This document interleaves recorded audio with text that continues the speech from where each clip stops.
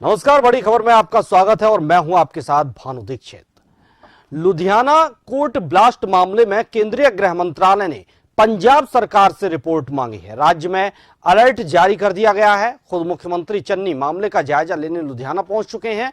बता दें कि पंजाब के लुधियाना के जिला कोर्ट परिसर में गुरुवार दोपहर को जोरदार धमाका हुआ, जिसमें एक महिला समेत 2 लोगों की मौत हो गई। तो वहीं धमाके में कम से कम 4 लोगों के घायल होने की भी खबर है। रिपोर्ट के मुताबिक कोर्ट की तीसरी मंजिल पर यह संदिग्ध ब्लास्ट हुआ है। घटना की जानकारी मिलते ही पुलिस कोर्ट कॉम्प्लेक्स में पहुंचकर जांच में जुट गई है। तो वहीं घायलों को अस्पताल भेजा गया। जानकारी के मुताबिक लुधियाना के जिला कोर्ट की तीसरी मंजिल पर 9 नंबर कोर्ट के पास स्थित एक वॉशरूम में यह बम धमाका हुआ है, जिसमें 2 लोगों की मौत की भी पुष्टि हुई है। बताया जा रहा है कि धमाका इतना जबरदस्त था कि पूरी बिल्डिंग ही हिल गई।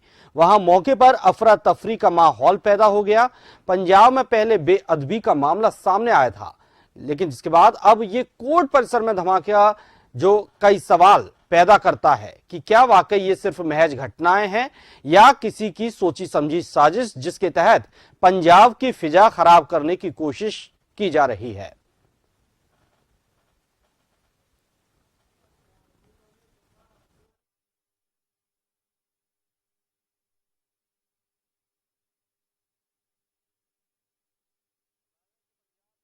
गृह मंत्रालय ने पंजाब सरकार से रिपोर्ट मांगी है। खुद मुख्यमंत्री चन्नी लुधियाना पहुंच चुके हैं और उन्होंने कहा है कि यह कायरता पूर्ण हमला है।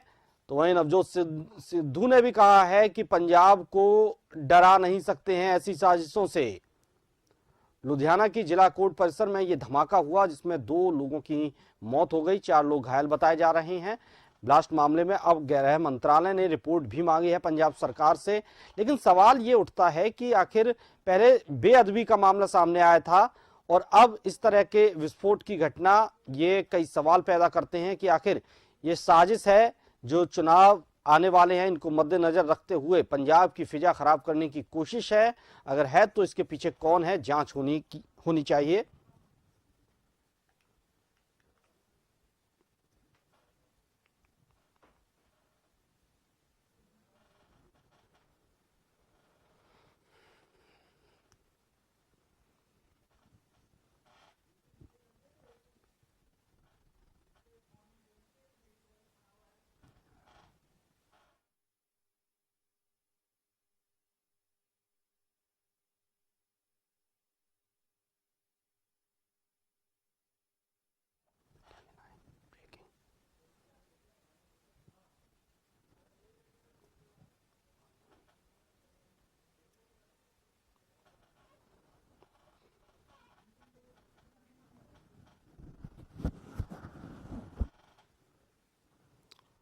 और इस वक्त एक बड़ी खबर आ रही है 12 से इस वक्त की खबर, बड़ी खबर है कि जहां बीजेपी नेताओं के खिलाफ हंगामा है। 13 विजयी प्रत्याशी होने के बाद भी नहीं बना बीजेपी का प्रमुख। भाजपा के सांसद कार्यालय पर भाजपाइयों का हंगामा। भाजपा कार्यकर्ताओं में इसको लेकर भारी रोष है। इस वक्त की बड़ी खबर, गुस्साई कार्यकर्ताओं ने सांसद कार्यालय का घेराव किया है। 12 से यह बड़ी खबर इस वक्त, जहां भाजपा नेताओं के खिलाफ नारेबाजी की जा रही है। एसपी कल्याण मीना, सीओ समेत पुलिस बल यहां तैनात कर दिया गया है। भाजपा कार्यकर्ताओं में रोष है। भाजपा के सांसद कार्यालय पर भाजपाइयों का हंगामा हो रहा है। जिला प्रमुख बनने पर भाजपा के कार्यकर्ताओं का हंगामा। 13 विजयी प्रत्याशी होने के बाद भी नहीं बना बीजेपी का कोई प्रमुख। और अधिक जानकारी के लिए हमारे संवाददाता ब्रिजेश 12 से हमारे साथ जुड़े हुए हैं। ब्रिजेश, पूरा मामला क्या है और इस वक्त क्या कुछ स्थिति है? जी बिल्कुल भानु, मैं आपको बता देता हूं कि 12 में जहां पर क्रॉस वोटिंग के चलते कांग्रेस की प्रत्याशी उर्मिला जैन भाया जिला प्रमुख पद पर जिला प्रमुख बनी है, वहीं भाजपा के 13 जिला परिषद सदस्य थे तो कांग्रेस के 12 थे। भाजपा के एक सदस्य ने क्रॉस वोटिंग करी है। इसके चलते हुए 12 की जिला प्रमुख खान एवं गोपालन मंत्री प्रमोद जैन भाया की पत्नी जिला प्रमुख बनी है। क्रॉस वोटिंग के चलते हुए यह मामला हुआ है। वहीं इसके पश्चात भाजपा कार्यकर्ताओं में क्रॉस वोटिंग के चलते आक्रोश होने से 12 के सांसद कार्यालय पर तोड़फोड़ की है। जी ब्रजेश, जो ये तोड़फोड़ हुई है, क्या इसके बाद पुलिस वहां पहुंची है, वहां सुरक्षा व्यवस्था की है? क्या कोई घायल तो नहीं हुआ इस मामले में? जी बिल्कुल, मैं आपको बता दूं, जो 12 का सांसद कार्यालय है वो 12 जिला कलेक्टर कार्यालय के सामने, जहां पर कई भाजपा कार्यकर्ता पहुंचे हैं। जैसे पुलिस को सूचना मिली, 12 जिला पुलिस अधीक्षक डीवाईएसपी और प्रशासनिक अधिकारी एवं पुलिस के अधिकारी मौके पर पहुंचे हैं। हालांकि पूरे मामले में बिल्डिंग की तोड़फोड़ हुई है। हालांकि चोट किसी के नहीं आई है और बीजेपी के जो कार्यकर्ता है उन्हें भारी रोष व्याप्त है। जी, बहुत बहुत शुक्रिया ब्रजेश आपका तमाम जानकारी के लिए।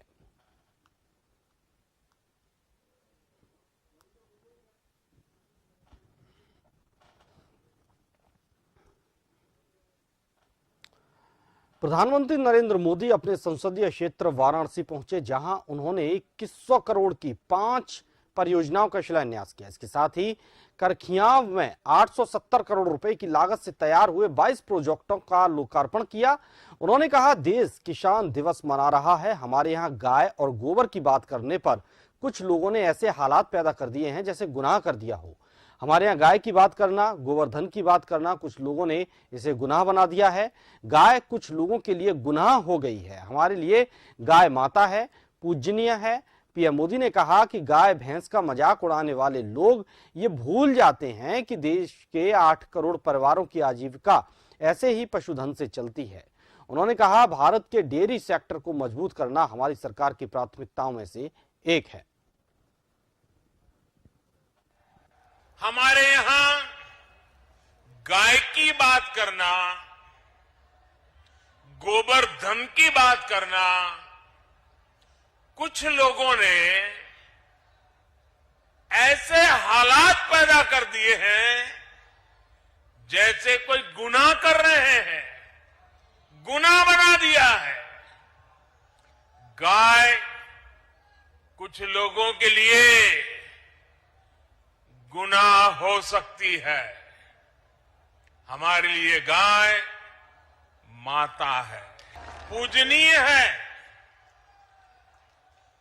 गाय भैंस का मजाक उड़ाने वाले लोग ये भूल जाते हैं कि देश के 8 करोड़ परिवारों की आजीविका ऐसे ही पशुधन से चलती है। भारत के डेयरी सेक्टर को मजबूत करना आज हमारी सरकार की सर्वोच्च प्राथमिकताओं में से एक है। इसी कड़ी में आज यहां बनास काशी संकुल का शिलान्यास किया गया है।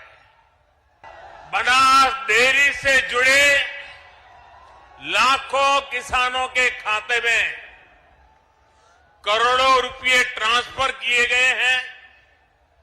रामनगर के दूध प्लांट को चलाने के लिए बायोगैस आधारित पावर प्लांट का भी शिलान्यास हुआ है।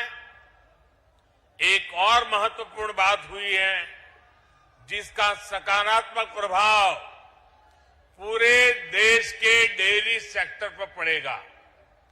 आज यहां दूध की शुद्धता के प्रमाण के लिए देश भर में एकीकृत व्यवस्था और उसका लोगो भी जारी हुआ है। काशी विश्वनाथ धाम के समय में प्रधानमंत्री जी ने भगवान विश्वनाथ की अभिषेक करने के बाद श्रमिकों का सम्मान किया था और आज काशी में कुछ नया और होने जा रहा है। एक नई डेयरी का शिलान्यास होने जा रहा है। बनास डेयरी ने किसानों को जो दूध लेकर के मुनाफा कमाया था उसका बोनस वापस किसानों को भी प्रधानमंत्री जी के कर कमलों से कुछ ही देर में मिलने जा रहा है। और साथ साथ काशी को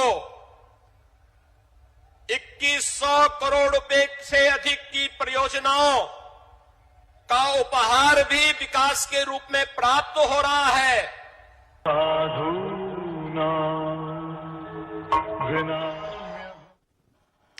और अधिक जानकारी के लिए हमारे संवाददाता दुर्गेश वाराणसी से हमारे साथ जुड़े हुए हैं। दुर्गेश, प्रधानमंत्री नरेंद्र मोदी आज वाराणसी पहुंचे थे। बड़ी सौगात वाराणसी को एक बार फिर उन्होंने दी है। आए दिन एक बड़ी बड़ी सौगातें वाराणसी को दे रहे हैं, लगातार उनके वाराणसी में और पूर्वांचल में दौरे हो रहे हैं। क्या लगता है, पूरी तरह से पूर्वांचल को साधने की ये कोशिश है? और वाराणसी को आज और कौन कौन सी सौगात उन्होंने दी है? जी भानु, मैं आपको बता दूं कि जिस तरह से प्रधानमंत्री का वाराणसी ये इस महीने में दूसरी बार दौरा है, 13 से लेकर फिर उसके बाद से 23 को आना, ये बहुत ही अहम माना जाता है, क्योंकि ये खुद उनका संसदीय क्षेत्र है प्रधानमंत्री का। जैसे मैं आपको बता दूं कि 2100 परियोजनाओं की सौगात, 2100 करोड़ की सौगात 27 परियोजनाओं की आज जिस तरह से प्रधानमंत्री ने दी है, ऐसे में कहा जा सकता है कि जनता बहुत ही खुश है। और मैं आपको बता दूं कि जिस तरह से प्रधानमंत्री ने मंच पर कदम अपना रखा है, यदा यदा ही धर्मस्थ ग्लानि भवति भारत अभ्युत्थानम धर्मस्थ तदात्मानम सृजाम्यहम्, ऐसे नारों से गूंजा चारों तरफ जल तालाब उभरा हुआ था। अगर बात की जाए जिस तरह से इन्होंने प्रधानमंत्री ने रिमोट दबाकर शिलान्यास और लोकार्पण 27 परियोजनाओं का किया है। ऐसे में प्रधानमंत्री ने खुद कहा है कि जो आसपास के जिले हैं, जिस तरह से अमूल प्लांट जो बना है, अमूल प्लांट है, बेनियाबाद पार्क है, और इंटीग्रेटेड डेवलपमेंट, ऐसे करके कई परियोजनाएं हैं, उनकी सौगात उन्होंने दी है। अगर बात की जाए जिस तरह से अगर प्रधानमंत्री ने लगातार मुख्यमंत्री को भी कहा कि अगर मुख्यमंत्री जिस तरह से यहाँ पे यूपी का विकास किए हैं, अगर बाबा है तो नामुमकिन कुछ भी नहीं है। ऐसे में विपक्ष पर उन्होंने जमकर निशाना साधा है। मैं आपको बता दूं कि जिस तरह से लगातार यहाँ पे प्रधानमंत्री दौरा कर रहे हैं, ऐसे 2022 जिस तरह का चुनाव नजदीक आ रहा है, ऐसे में विपक्ष पर भी वो लगातार निशाना साधते हैं। और उन्होंने, प्रधानमंत्री ने खुद कहा है कि जिस तरह से यहाँ पे अमूल प्लांट लगा है आसपास से, जैसे आजमगढ़ हो गया, जौनपुर हो गया, और उसके बाद मैं आपको बता दूं गाजीपुर हो गया और बनारस हो गया, ऐसे क्षेत्रों में 1 लाख जनता को रोजगार देने की बात उन्होंने कही थी, और जो कि आज ने उन्होंने दिया है। और मैं आपको बता दूं कि इनका तीसरी दौरा भी 4 जनवरी को माना जा रहा है। जिस तरह से अगर प्रधानमंत्री का ये संसदीय क्षेत्र है, लगातार विपक्ष भी इस पर तंज कस रहा है कि अफवाहों की तरह तंज कस रहा है कि कुछ काम नहीं हुआ है, लेकिन अगर बनारस में आके देखें तो प्रधानमंत्री ने लगातार यहाँ पे काम किया। जैसे हाईवे प्रधानमंत्री लोकार्पण किया है बाबा विश्वनाथ का, अभी पिछले ही रविवार सोमवार को करीब 1 लाख श्रद्धालुओं ने बाबा विश्वनाथ का दर्शन किया है। और मैं आपको बता दूं कि जिस तरह से यहाँ पे प्रधानमंत्री ने मंच पे आसीन होकर जनता का धन्यवाद किया, जो आसपास के जिला है, माताओं बहनों का धन्यवाद किया, उनको प्रणाम किया, और उन्होंने ये भी सलाह दी कि जैविक खेती का लगातार प्रयोग करें, किसान भाई जिस तरह उर्वरक का बहिष्कार करें। अगर बात की जाए जिस तरह से उन्होंने और भी जिस तरह से बनारस में जिस तरह से उन्होंने बताया है कि अगर मोदी है तो मुमकिन है, अन्यथा नहीं है।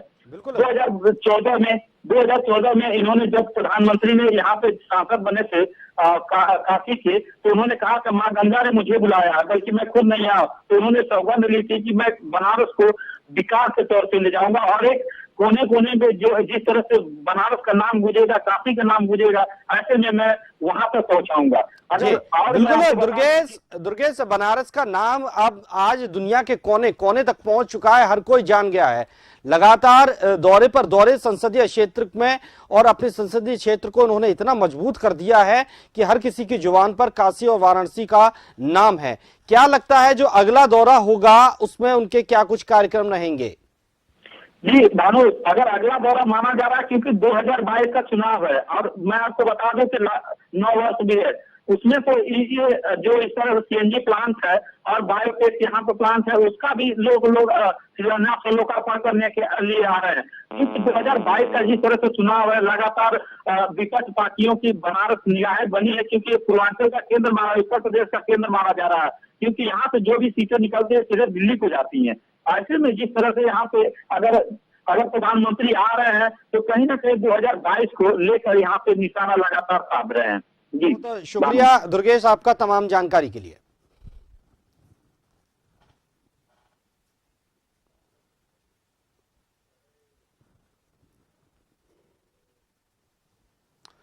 कांग्रेस महासचिव प्रियंका गांधी ने अयोध्या में श्री राम मंदिर के आसपास जमीनों की खरीद को लेकर राज्य की योगी सरकार और बीजेपी पर निशाना साधा। उन्होंने कहा कि दलितों की जमीनों को अयोध्या में खरीदा गया है और ये भ्रष्टाचार है, क्योंकि बीजेपी ने श्री राम के नाम पर लूट की है। उन्होंने कहा कि 2017 में किसी ने 2 करोड़ की खरीदारी और उसके बाद 10,000 वर्ग मीटर 8 करोड़ की जमीन ट्रस्ट को बेची गई और 12,000 वर्ग मीटर रवि मोहन तिवारी ने खरीदी और अनिल मिश्रा संघ के पदाधिकारी और ऋषिकेश उपाध्याय गवाह और रवि मोहन तिवारी ने 10.50 करोड़ में इसको बेच दिया और इसमें गवाह संघ के पदाधिकारी हैं।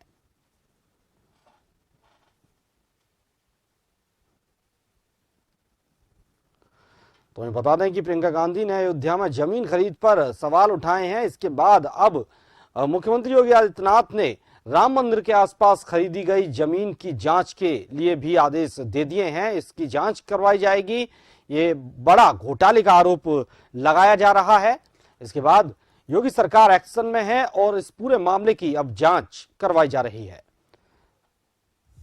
तीन चीजें हुई हैं। एक, दलितों की जमीन जो खरीदी नहीं जा सकती थी वो खरीदी गई है, हड़पी गई है। दूसरा कि कुछ जमीनें जो कम दाम की थी इस तरह से बेची गई कि ट्रस्ट को बहुत ज्यादा पैसों के लिए बेची गई। इसका मतलब है कि जो चंदा का पैसा है उसके साथ घोटाला किया गया है। और अधिक जानकारी के लिए हमारे संवाददाता सत्यजीत हमारे साथ जुड़े हुए हैं। सत्यजीत, यूपी चुनाव से पहले बड़ा आरोप है ये कांग्रेस का योगी सरकार पर, क्योंकि योगी सरकार अब तक बेदाग रहती आई है, लेकिन अब अगर ये घोटाले का आरोप लगता है यूपी चुनाव से पहले तो बड़ा असर पड़ सकता है। जी बिल्कुल, आपको बताना चाहेंगे आज दिल्ली में प्रियंका गांधी ने प्रेस वार्ता करी। प्रेस वार्ता में जो एक आरोप लगाया है भाजपा पर, ये कहा है उन्होंने कि दलितों की जमीन को उन्होंने खरीदा है अयोध्या में जो भाजपा जो पूरा श्रेय लेना चाह रही है राम मंदिर का, और कहीं ना कहीं एक तरफा ये हिंदुत्व को लेकर भी जोड़ा जा रहा है। उनका कहना है कि अयोध्या में जो जमीन खरीदी गई है राम मंदिर के लिए वो दलितों की जमीन थी। इसमें पूरा भ्रष्टाचार का साफ आरोप लग रहा है प्रियंका गांधी का जो ये बयान है। लेकिन अगर इसको राजनीति की तरफ से देखा जाए तो कहीं ना कहीं भाजपा पूरी तरह से हिंदुत्व और हिंदुत्व को लुभाने के लिए कर रही है। जी सत्यजीत, कह सकते हैं कांग्रेस का दलित कार्ड भी है ये? जी बिल्कुल।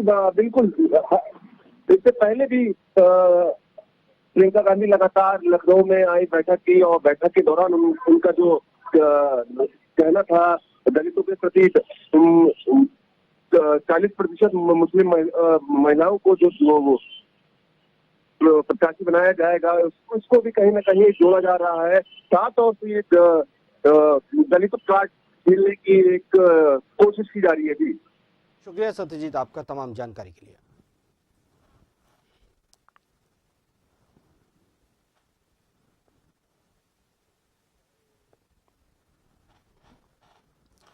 उत्तराखंड के पूर्व सीएम हरीश रावत ने कांग्रेस को नसीहत देते हुए कहा कि अगर कांग्रेस केंद्र में सत्ता में वापसी करना चाहती है तो उसे अपने क्षेत्रीय नेताओं को मजबूत करना होगा और बीजेपी की तकनीक को भी अपनाना होगा।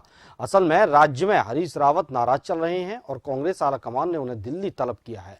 तो वहीं कांग्रेस आलाकमान ने हरीश रावत के साथ ही नेता प्रतिपक्ष और रावत के विरोधी माने जाने वाले प्रीतम सिंह को भी दिल्ली तलब किया है।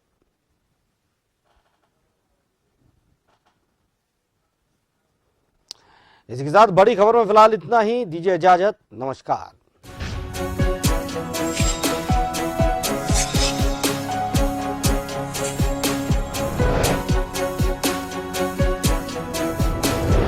जन टीवी की लेटेस्ट अपडेट पाने के लिए हमारे चैनल को जरूर सब्सक्राइब करें और नोटिफिकेशन पाने के लिए बेल आइकॉन दबाएं।